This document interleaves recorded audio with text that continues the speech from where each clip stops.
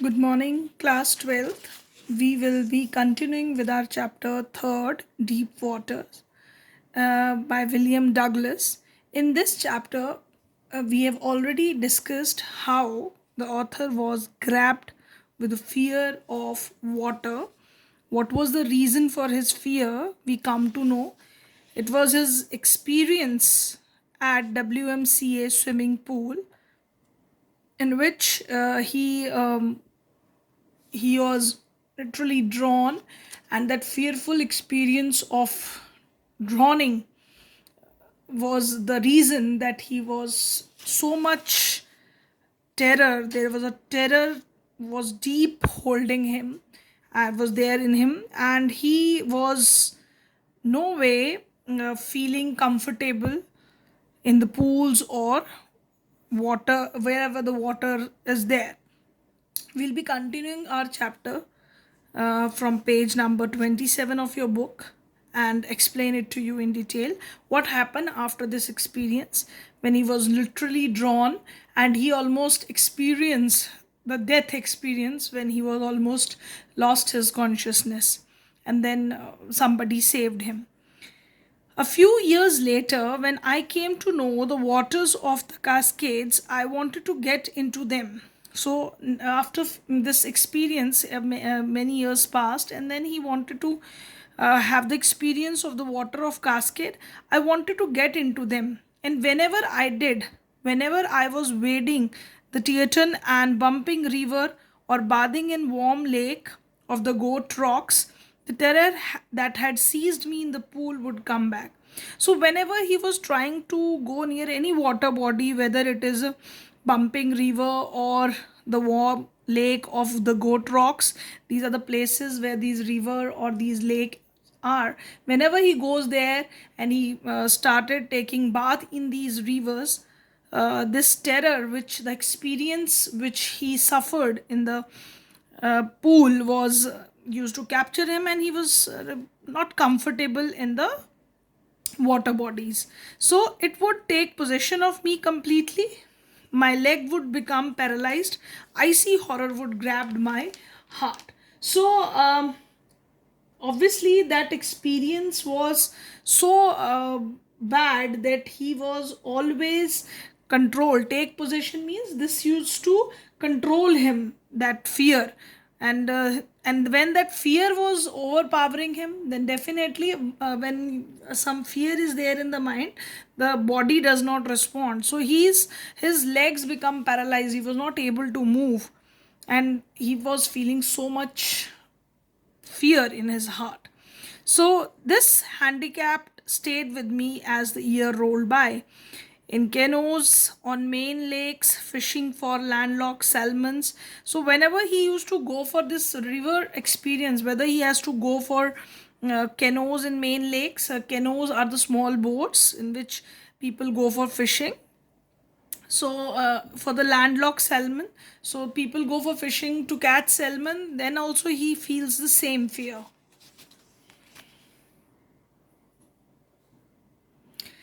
Bass fishing in New Hampshire. So whenever he goes for bass fishing in New Hampshire, trout fishing on the Dusach and Metolius in Oregon, fishing for salmon on the Columbia at the Bumping Lake in the Cascades. Wherever I went, the haunting fear of the water followed me. It ruined my fishing trips, deprived me of the joy of canoeing, boating, and swimming.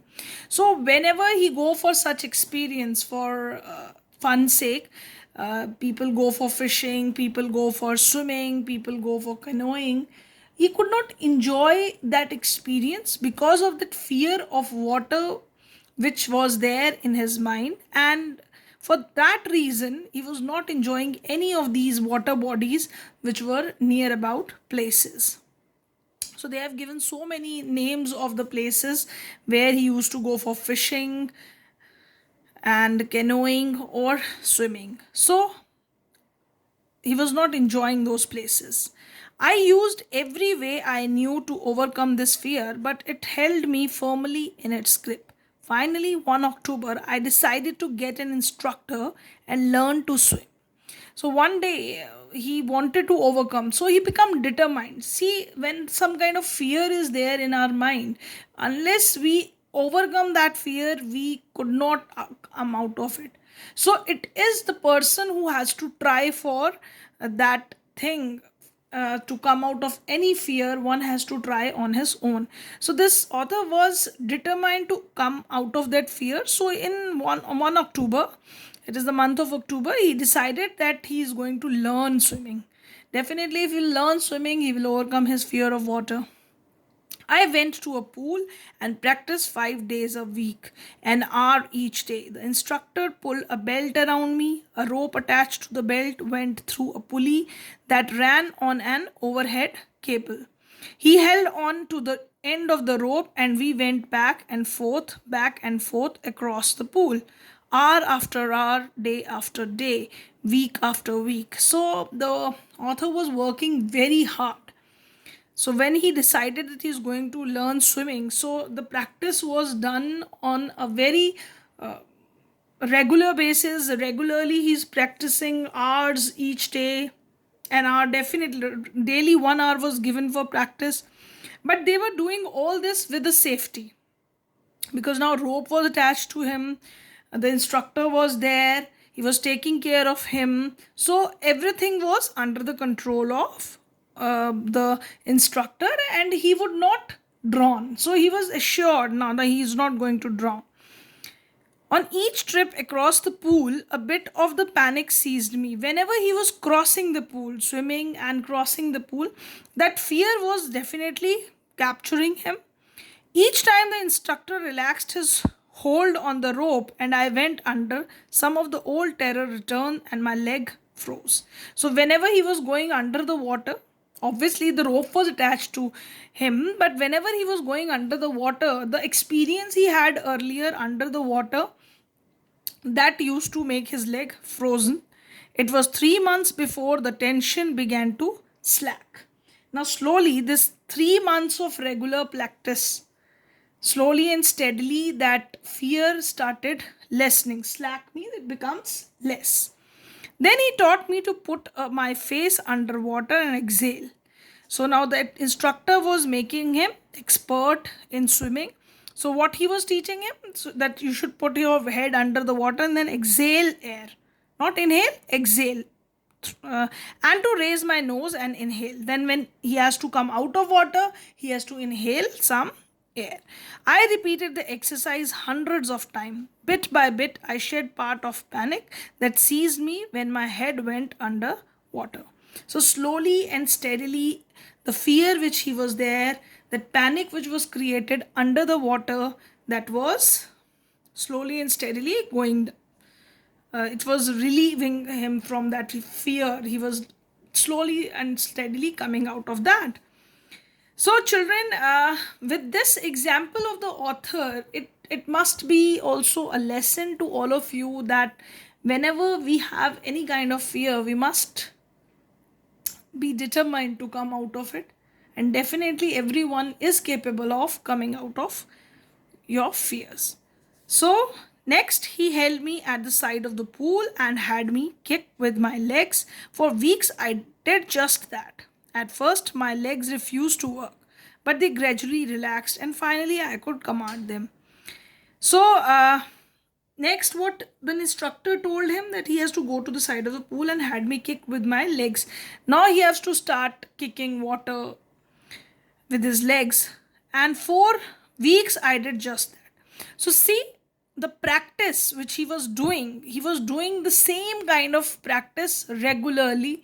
Each, for every step, he was learning for months, for days, and then he was becoming expert with it.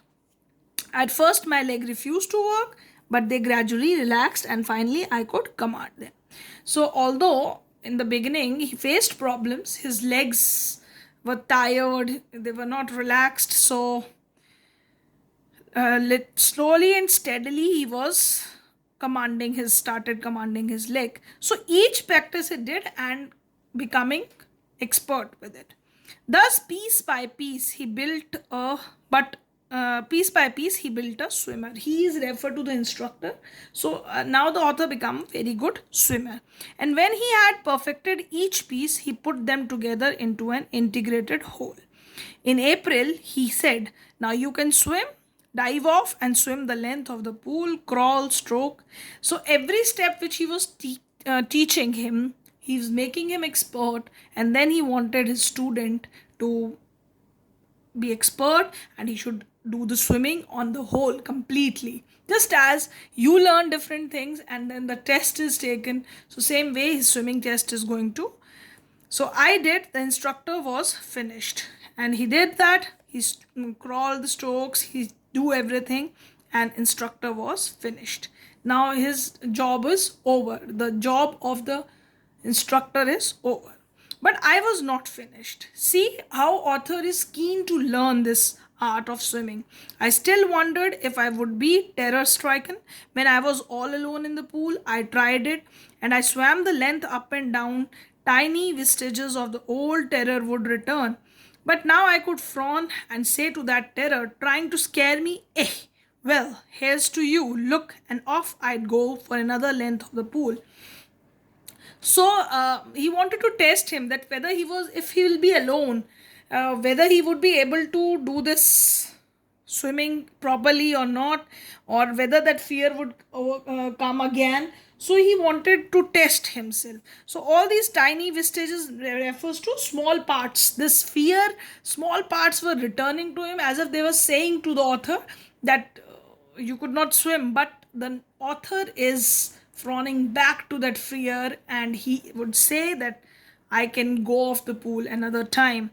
So he is now determined, he is coming out of his fear. That fear was very less remained in him, and now he is free of them. This went on until July. So he was practicing regularly, but I was still not satisfied. I was not sure that all the terror had left, so I went to Lake Wentworth. Now, author wanted to test his ability at the Lake Wentworth in New Hampshire. Died off, docked at Tigges Island, and swim 2 miles across the lake to Stamp Act Island. So he wanted to go 2 miles across that lake to the another island which was there in there. So I swam the crawl, breaststroke, side strokes, and backstroke. These are all the strokes which swimmers used to use. Only once did the terror return. Still, that terror was there remaining in him when I was in the middle of the lake. I put my face under and saw nothing but bottomless water. The old sensation returned in miniature. Although that fear returned in miniature means it was very small. That fear was there, but it was very small. I laughed and said, well, Mr. Terror, what do you think you could do to me? I fled and I swam on. So he was overcoming, he was laughing at his fear and then coming out of it. Yet I had, we find him to be more confident man. Yet I had residual doubts. At my first opportunity, I hurried west, went to the Teton to Conrad Meadows, up the Conrad Creek trail to Mead Glaciers, and camp in the high meadows by the side of Warm Lake. The next morning I stripped, dived into the lake, and swam across to the other shore and back, just as Don Corporon used to do. I shouted with joy, and Gilbert Perk returned the echo. I had conquered my fear of water. So, whatever the doubts he had, at my first opportunity, I hurried west.